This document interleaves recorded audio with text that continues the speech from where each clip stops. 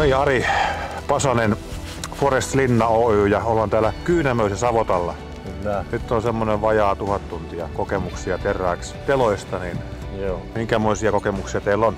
No ei mitään hirveän näköistä ole tullut vastaan, että aika hyvin on pörkkinyt kaiken kaikkiaan, että kiristyssysteemi on että 2 miehen onnistuu suht nopeaa.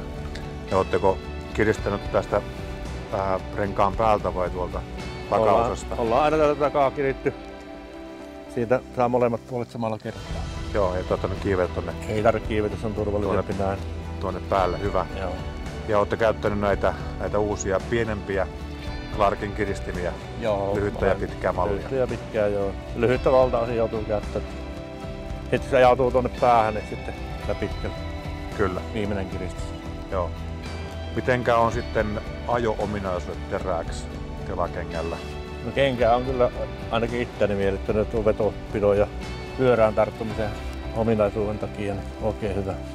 Miten sitten ihan maastopito, onko? Kyllä siinä hyvä maastopito juuri on, että se siinä on parasta ollut näissä kenkämallissa justiin. Se on kapulatolla, niin se vetää aina paremmin.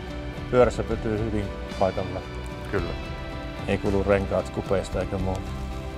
Ei ainakaan mitään moitittavaa ole vielä tähän mennessä tullut. Hyvä, kiitoksia Ari. Joo, Jatketaan Savottaa. Kiitos.